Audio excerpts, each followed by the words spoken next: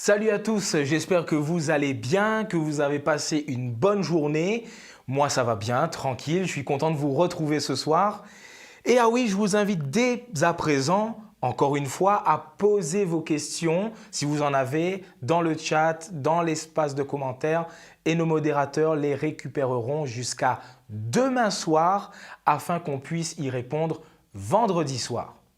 Bon, hier soir, on a vu que beaucoup de choses ont changé. Beaucoup de principes clairs donnés par Dieu sont mis de côté dans notre monde. Et on a vu que ça a commencé dès le début de l'humanité, avec Satan qui s'est attaqué à ces principes-là. En tout cas, si vous n'avez pas pu voir cette vidéo, n'oubliez pas qu'elle est dispo sur la chaîne YouTube Adventiste Réunion Channel. Ce soir, on va se concentrer sur un point vraiment capital, notre nature, ou plutôt ce qu'on appelle la grande question existentielle. D'où vient-on? Et il y a aussi pourquoi on est là et où va-t-on? C'est important pour nous de répondre à ces questions, car dans ma vie, mes choix, mes priorités, mes intérêts ne seront pas les mêmes en fonction de mes réponses à ces questions. Si je ne suis que le fruit de milliards d'années d'évolution et de hasard, ma vision sur la vie ne sera pas la même que si je comprends que je suis en vie parce qu'il y a un créateur bon qui l'a voulu. De nos jours, en concernant l'origine de notre monde et du coup notre origine, il y a deux visions. Le créationnisme, c'est-à-dire la pensée que Dieu ait créé le monde en 6 jours, comme c'est écrit en Genèse 1 et 2, et l'évolutionnisme, une vision rationaliste de l'origine du monde basée sur des preuves scientifiques. Je pense que je ne vous apprends rien si je vous dis que c'est l'évolutionnisme qui est apprécié par la plus grande majorité des personnes, et même par les croyants. La vision créationniste est vue comme folle, démodée, impensable. Comment on pourrait croire encore en 2022 que le monde aurait été créé en 6 jours littéraux? Bon, premièrement, pour quelqu'un normalement qui croit en Dieu, il n'a pas besoin de preuves. Il a la foi. Hébreux 11, verset 1 définit la foi comme une façon de posséder ce qu'on espère, un moyen d'être sûr des réalités qu'on ne voit pas. Après sa résurrection, Jésus va dire à Thomas, un gars qui voulait toucher les cicatrices du Christ pour croire qu'il était bien en vie, « Heureux ceux qui croient sans avoir vu ». C'est vrai qu'on pourrait dire que c'est vraiment fou de croire en Dieu ou au récit des 6 jours de la création en ayant comme seul argument qu'on marche par la foi et non par la vue.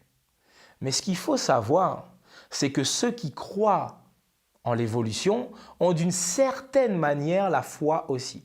Et oui, si on récapitule mais vraiment très rapidement et grossièrement l'origine du monde selon la science, il faut mentionner le Big Bang.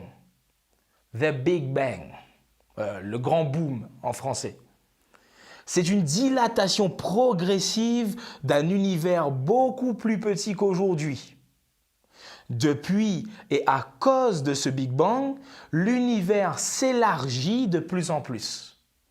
Mais alors, s'en vient la question de ce qu'il y avait avant le Big Bang. Et là, ça devient plus difficile. Certains disent qu'il y aurait pu avoir naissance de l'univers à partir de rien, du néant. Un astrophysicien du nom de Johann Richard répond à ça et dit que ce n'est pas exclu, mais c'est compliqué de répondre à cette question. D'autres, eux, expliquent que l'univers aurait eu un autre état physique avec des lois physiques différentes et inconnues. Mais si on pense à cette hypothèse, une question revient encore et encore, mais qu'est-ce qu'il y avait avant?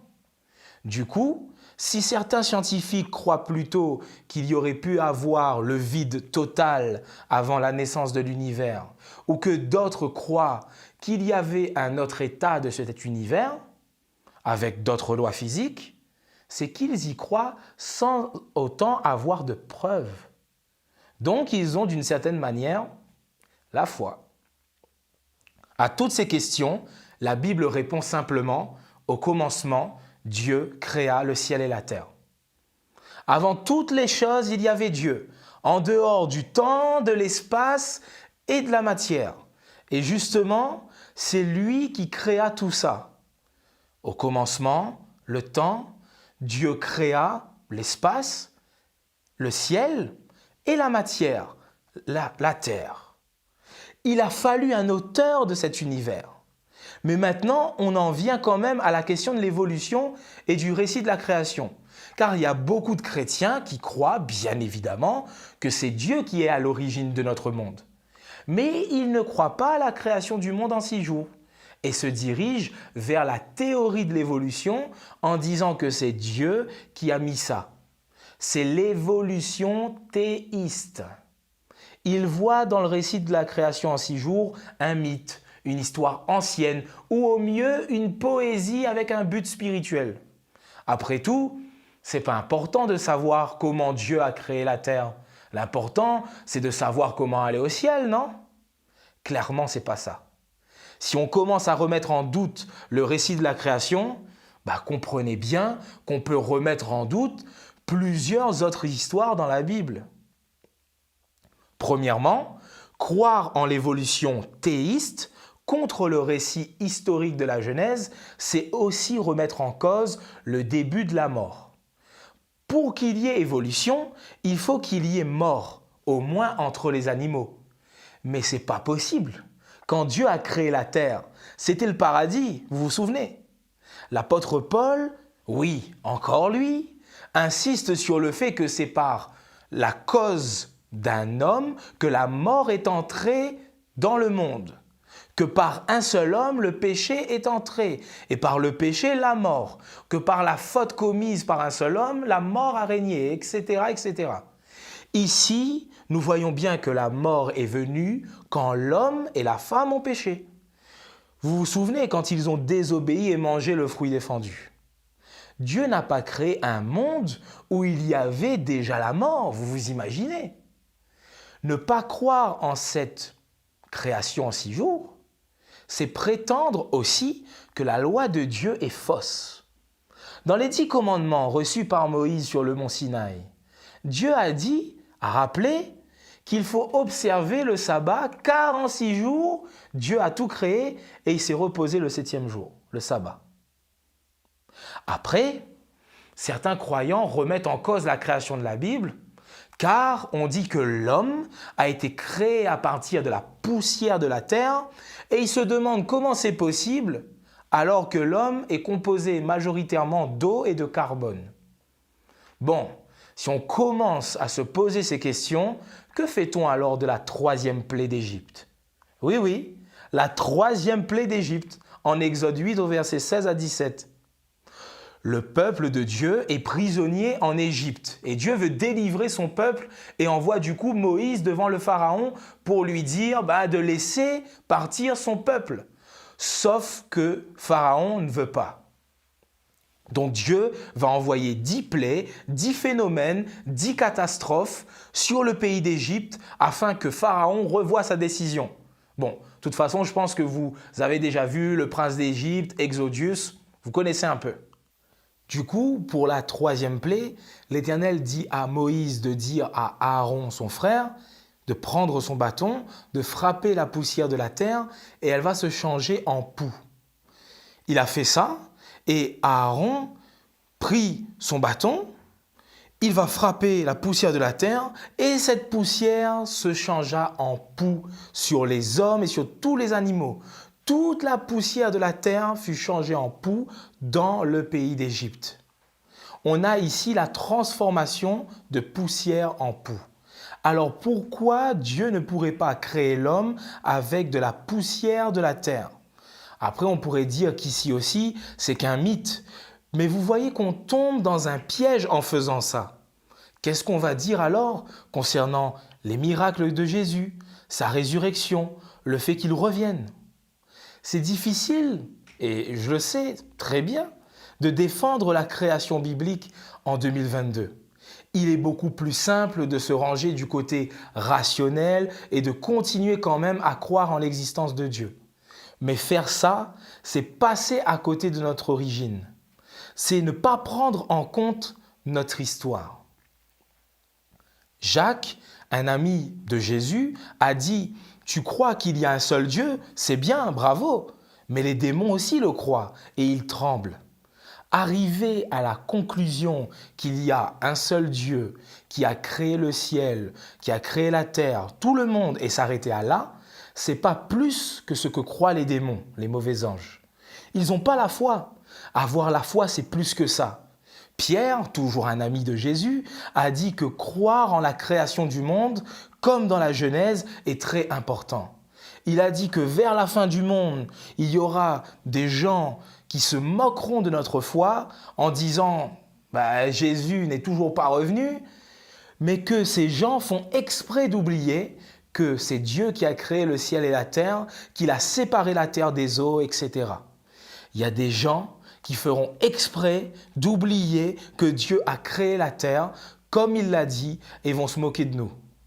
Et je peux vous dire, c'est ce qui se passe dans le monde. Si tu dis que tu crois à la création en 6 jours, ah là là, c'est mort. Tu es pris pour un ridicule. Vous pourriez me demander s'il est vraiment important de croire et de défendre cette création. L'évolution veut démontrer qu'on est passé d'un monde primitif, sauvage, d'une humanité animale et archaïque à un monde de plus en plus intelligent et civilisé. La Bible présente tout autre chose. Dieu a créé un monde parfait, des êtres parfaits avec la liberté. Et depuis la chute de notre monde, le monde se dégrade. Bon, oui, on voit de plus en plus de technologies, de découvertes et autres. Mais au niveau de la morale, des principes, est-ce qu'on a vraiment évolué?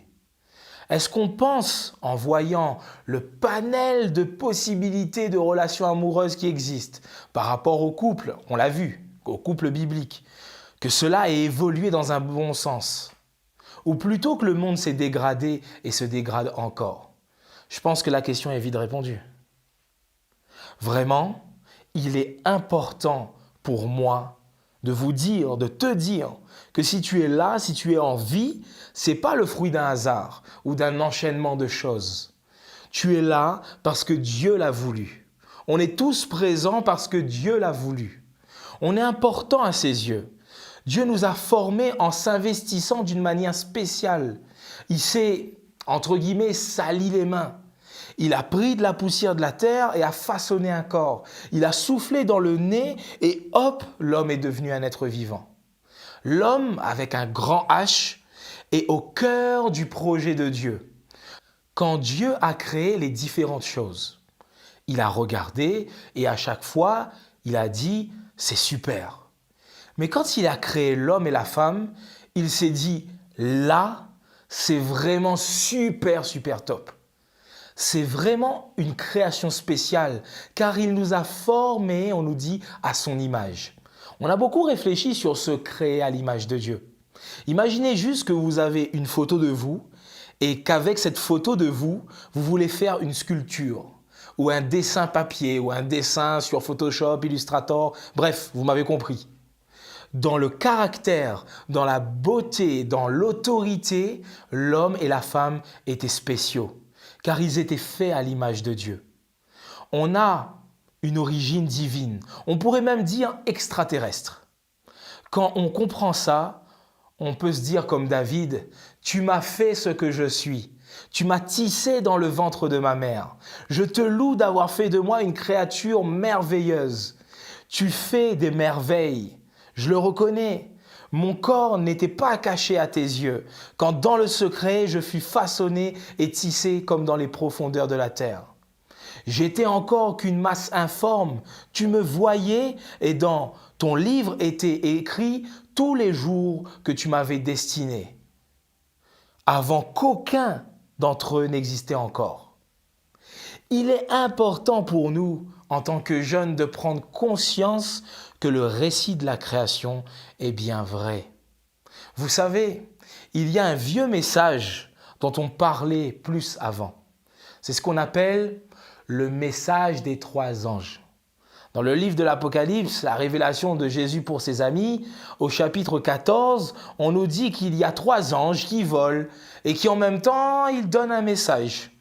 Le premier ange va dire qu'il faut aimer Dieu plus que tout, qu'il faut aimer le Créateur au-dessus de tout. Ce message a toujours été un message fort pour l'Église adventiste car elle voyait en lui sa mission. Ce message fait directement référence non à une potentielle évolution théiste, mais bien à la création biblique, comme étant un message essentiel.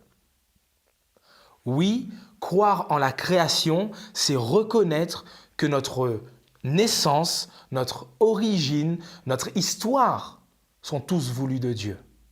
On vient d'un paradis, d'une terre parfaite qui s'est dégradée et qui continue de se dégrader. Comment je vais savoir où je vais si je ne comprends pas d'où je viens? Il y a tellement de personnes qui se dévalorisent, qui ne se sentent pas bien dans leur peau, et peut-être vous-même. Mais si on pouvait comprendre que tout ça a un sens, qu'on n'est pas le fruit d'un hasard, qu'il y a un Dieu qui se soucie de nous. Oui, la Bible dit qu'on s'est trompé, qu'on a fait des mauvais choix. Mais Dieu, dès le début du monde, a prévu un plan de sauvetage. La Bible nous présente un Dieu de relation qui aime intervenir auprès de l'humanité. Quand il a créé l'homme, il a investi sa personne dans cette création.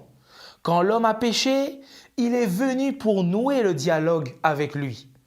Et alors que l'homme s'est montré ingrat envers son Créateur, Dieu a fait la promesse d'un sauveur. Dans ce monde, on voit nos vies entremêlées les unes aux autres, à l'école, dans le travail, dans les loisirs, dans le foyer. Mais là où nous irons après tout ça dépend de notre choix. Le monde veut sauver l'humanité, mais il ne comprend même pas d'où l'on vient vraiment. Comment il pourrait nous conduire là où il faut aller? Si tu renies ton origine, tu ne pourras pas savoir vers où tu vas. C'est pour ça que cette question est super importante.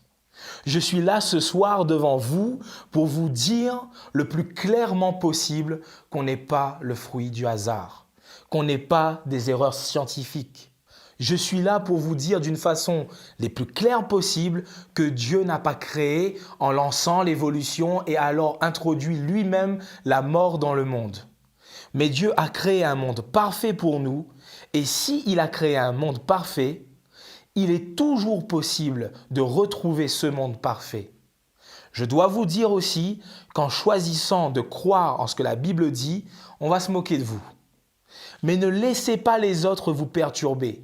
Hier, on a vu que Satan a perturbé Ève avec ce qu'il disait, comment il était, le filtre qu'il avait pris. Mais nous maintenant, ne nous laissons pas avoir. C'est à nous de décider ce que l'on va mettre dans notre story.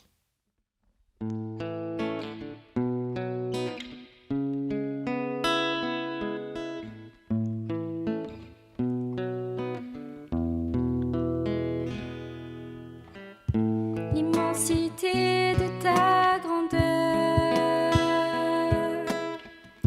me montre que je ne suis rien.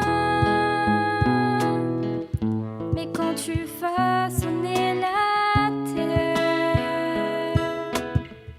j'étais déjà près de ton cœur.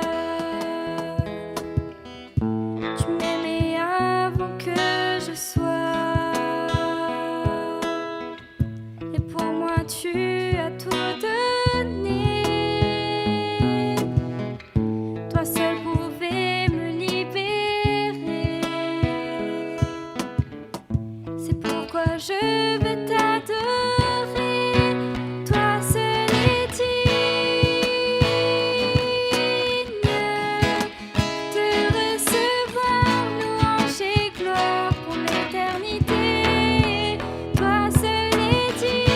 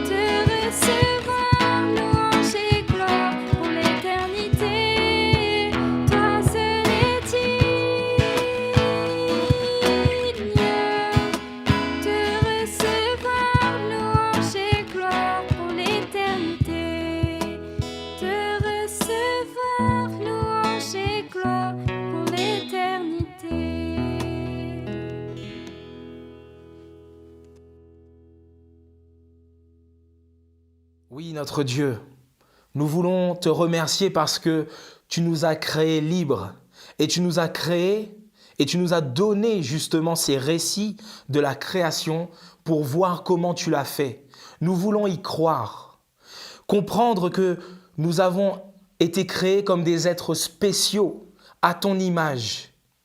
Et bien que nous avons péché, tu veux que nous retrouvions cet état parfait. Oui Seigneur, nous te remercions de cela et aide-nous à bien choisir pour retrouver ce monde. Au nom de Jésus, Amen. Je vous remercie d'avoir été présent ce soir et vous invite à continuer notre semaine ensemble en nous réunissant sur Adventist Réunion Channel à 18h30. Le message que je vous invite ce soir à partager en story, toujours avec la photo et le filtre idéal, c'est « Tout comme je crée cette story, c'est Dieu qui m'a créé ». Hashtag choisis ta story. Je compte sur vous. Passez une très bonne soirée, soyez bénis et surtout, faites du bien autour de vous.